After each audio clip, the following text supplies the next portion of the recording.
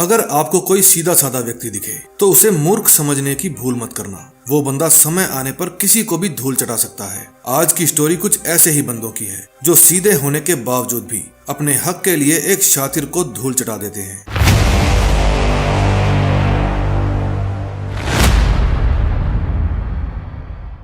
Movie की शुरुआत में हम फर्मिन, उसकी वाइफ लीडिया और उसके दोस्त एंटोनियो को देखते हैं। ये तीनों यहाँ पर एक बिल्डिंग देखने के लिए आए थे जो काफी समय से बंद पड़ी थी। ये किसी डेलुका नाम के बंदे की बिल्डिंग थी।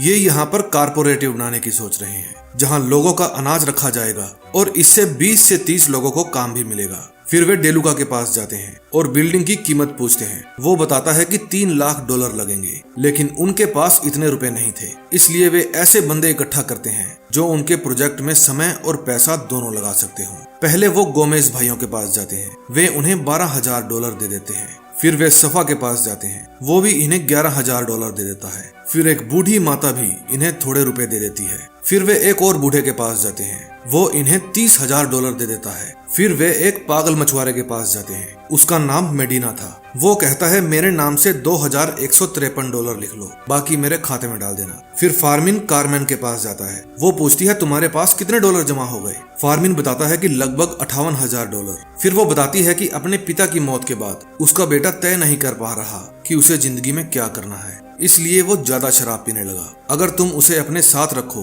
तो ईमानदार और मेहनती लोगों के साथ रहकर उसकी हेल्प होगी। इसके लिए मैं तुम्हें $1 लाख दे दूंगी। फेरमिन खुश हो जाता है और डन कर देता है। फिर वे अपने $1,58,653 को एक सुरक्षित जगह पर रखने के लिए जाते हैं और वो जगह थी बैंक। वे वहाँ पर एक लॉकर लेते हैं और उसमें अपने पैसे रख देते हैं। अगले दिन लीडिया आकर बताती है कि बैंक से मैनेजर का फोन आया है और फार्मिन जाकर उससे मिलता है। मैनेजर बताता है कि जितनी अमाउंट का लोन तुम्हें चाहिए बैंक तुम्हें ऐसे ही नहीं दे देगा। मेरे पास एक उपाय है, तुम अपने लॉकर से पैसे निकालो और अपने अकाउंट के अंदर डिपॉजिट करवा दो ताकि सरकार को लगे कि इनके पास 50% अमाउंट पहले से ही है। फिर तुम्हारा लोन भी जल्दी पास हो जाएगा। फेरमिन कहता है कि मुझे अपने पार्टनर से सलाह लेनी होगी। मैनेजर कहता है कि अगर आज शाम 5 बजे तक तुमने पेमेंट नहीं डाली तो फिर तुम्हारे लोन की अमाउंट को 3-4 महीने लग जाएंगे, क्योंकि पिछले 3-4 महीनों की लोन की अमाउंट आज क्लियर होगी। फिर कल ही तुम अपने सारे पैसे निकलवा सकते हो। वो बेचारा मैनेजर की बातों में आ जाता है और अपने दोस्तों से बिना पूछे वो पैसे अपने अकाउंट में जमा करवा देता है।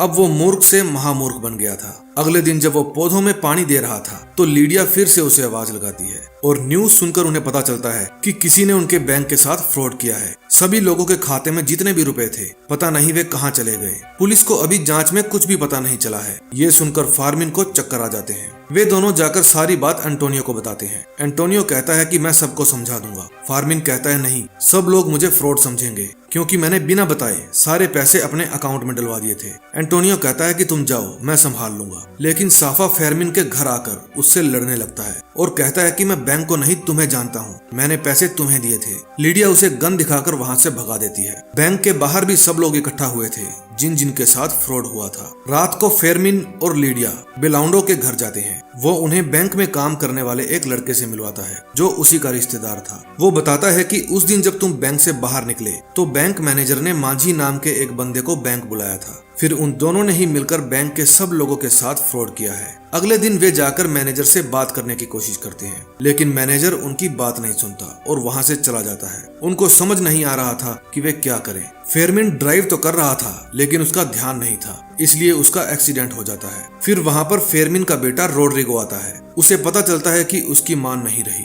फेरमिन के लिए भी ये काफी मुश्किल घड़ी थी क्योंकि उसकी जीवन साथी उसे छोड़कर चली गई थी। फेरमिन काफी निराश था। अब तक पुलिस ने भी कुछ नहीं किया था। उसकी जीवन साथी भी चली गई और उसके दोस्त भी उसको फ्रॉड समझने लगे थे। उनके साथ जुड़े सब लोगों की जिंदगी बदल गई थी। जो पहले ऐश से रहा करते थे अब उन सबको काम करना पड़ रहा था। एक दिन एंटोनियो और बिलाउंडे फेरमिन के पास आते हैं और कहते हैं कि तुम्हारे लिए बड़ी ही कमाल की खबर लेकर आए हैं। जोसे की पत्नी एक हॉस्पिटल में काम करती है। वहाँ उसे एक मजदूर मिला। वो उसके साथ काफी बातें किया करती थी। उसने बातों बातों में उसे बताया कि माझी नाम का एक आदमी है। उसने एक बड़ी जगह खरीदी और बहुत सारे पेड़ों के बीच एक बड़ा सा गड्ढा खुदवाया। जब उसने माझी से पूछा तो माझी ने बताया कि मैं यहाँ पर स्विमिंग पूल बनवा रहा हूँ, तुम अपना काम करो और निकलो यहाँ से। एंटोनियो कहता है कि मुझे लगता है वो वहाँ पर एक बड़ा सा लॉकर बनवाएगा ताकि उसके अंदर चुराया हुआ पैसा रख सके। फेरमिन को ये बात मनगढ़ंत लग रही थी, इसलिए एंटोनियो उस पर गुस्सा होकर वहां से चला जाता है। अगले दिन फेरमिन एंटोनियो के पास जाता है और कहता है कि हमें अपने पैसे वापस लेने के लिए कुछ करना चाहिए। फिर वे सब रात को एक जगह पर इकट्ठे होते हैं। साफा वो शहर छोड़कर चला गया था और उनके एक पार्टनर की हार्ट अटैक के कारण मौत हो गई थी। बाकी सब पूरे थे। फार्मिन कहता है कि इस काम में खतरा हो सकता है, अगर किसी को डर लग रहा है तो यहाँ से जा सकता है। फिर फार्मिन बताता है कि मुझे शक है कि एक मैदान के बीचों बीच एक लोकर हो सकता है जिसके अंदर हम सबका रुपया पड़ा है। अगर ये सच हुआ तो हम सिर्फ अपना रुपया लेंगे। फिर कार्मिन कहती है कि तो क्या तुम वहाँ पर बैठकर पहले पैसे गिनोगे? हमें वहाँ से सारे रुपए लेकर निकलना है, फिर अपना रखेंगे और बाकी का दान कर देंगे। लेकिन हमारे पहुँचते ही वहाँ पर माझी भी आ गया तो फिर फार्मिन बताता है कि हमने इसकी तैयारी कर ली है। अगले दिन फार्मिन का बेटा माझी के घर जाता है और कहता है कि मैं पौधे देखने आया हूँ, मुझे फ्लोरेंसिया ने बुलाया है। इतने में वहाँ पर फ्लोरेंसिया भी आ जाती है और उसे अंदर लेकर जाती है। वो माझी की सेक्रेटरी थी।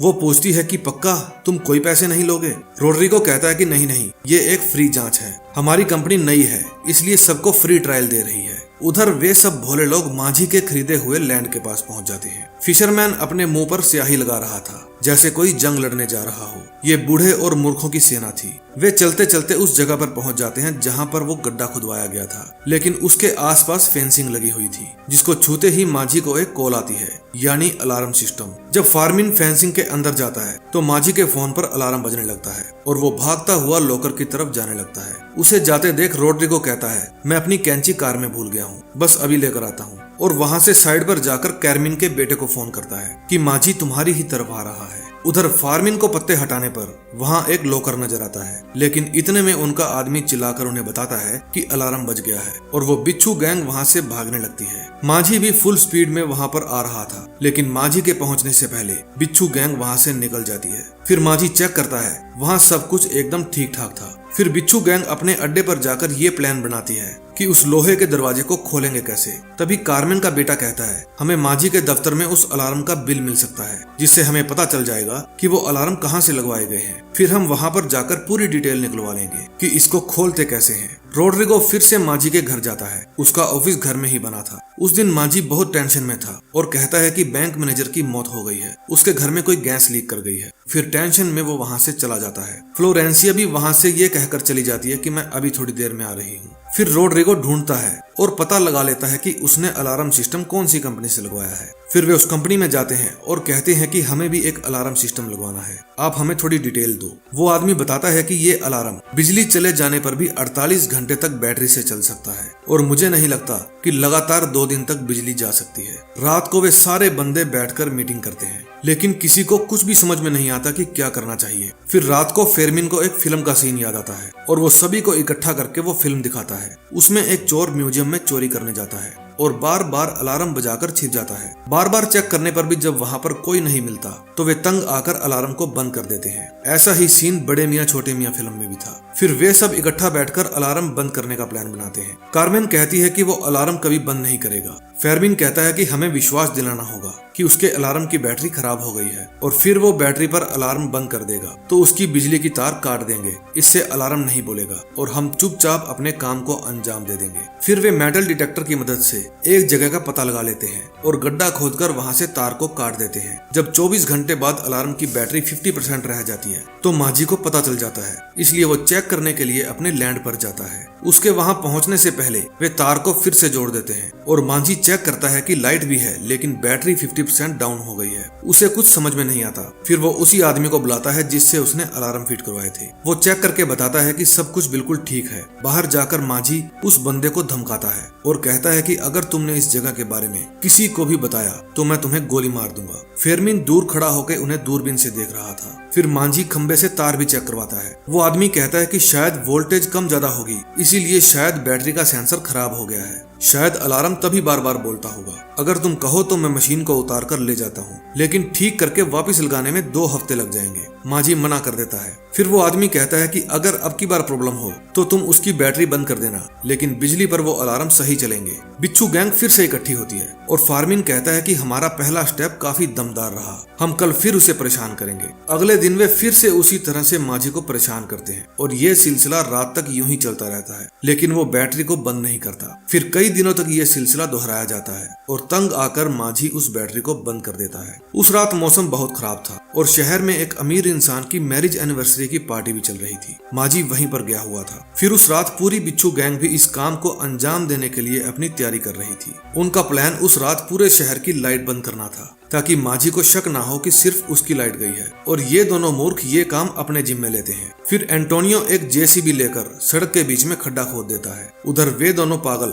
एक रिमोट वाली कार के ऊपर बम बांधकर उसे ट्रांसफार्मर को उड़ाने की कोशिश करते हैं, लेकिन वो कार आउट ऑफ कंट्रोल हो जाती है और वहां पर पहुंचने से पहले ही विस्फोट हो जाती है। फिर वे कहते हैं कि हमारे कारण ये मिशन फेल नहीं होना चाहिए, इसलिए अब हमें कुछ बड़ा करना होगा। फिर वे अपनी कार में ही बम लगाकर उसे ट्रांसफार्मर की तरफ छोड़ देते हैं और खुद दूर जाकर छिप जाते हैं। वहां जाकर एक बड़ा सा विस्फोट होता है और उस विस्फोट के कारण आसपास के सभी ट्रांसफार्मर में आग लग जाती है। पूरे शहर की लाइट चली जाती है। माजी का अलार्म भी बोलने लगता है। पहले तो वो सोचता है कि पूरे शहर की लाइट गई है इसलिए बोल रहा होगा, लेकिन वो टेंशन में था इसलिए कोई रिस्क नहीं लेना चाहता था। फिर वो बिजली विभाग फोन करके पूछता है। वे बताते हैं कि किसी ने जानबूझकर सारे ट्रांसफार्मर उड़ा दिए हैं, इसलिए वो अपनी कार उठाता है और अपने लॉकर की तरफ जाने लगता है। उधर बिच्छू गैंग काम को अंजाम देने के लिए लॉकर की तरफ बढ़ रही थी। वे लॉकर का गेट तोड़कर उसके अंदर चले जाते हैं। फेरमिन देखता है कि उधर बहुत सारा रुपया पड़ा था। वे सारा रुपया बड़े बड़े पॉलीथीन बैग में भर लेते हैं और वहां से पैसे बाहर निकालकर वहां आग लगा देते हैं। माजी भी अब उनके पास पहुंचने ही वाला था, लेकिन उनका पाला भोले भाले लोगों से पड़ा था। एंटोनियो ने जेसीबी से जो सड़क में खड्डा किया था वो बारिश के पानी के कारण दिखाई नहीं दे रहा था और उसके अंदर मांझी की कार फंस जाती है। फिर वे सभी लोग वहां से निकल जाते हैं और आगे जाकर वो पैसे अलग अलग गाड़ियों में डालकर अलग अलग रास्ते से चले जाते हैं। मांझी वहां से पैदल ही भागकर अपने लॉकर की तरफ जाता है और देखता है कि उसकी लुटिया डूब चुकी है। अब उसके पास सिर पकड़कर रोने के अलावा कुछ भी नहीं बचा था। अगले सीन में हम देखते हैं कि कार्मेन का बेटा उसकी कार में जितने भी रुपए थे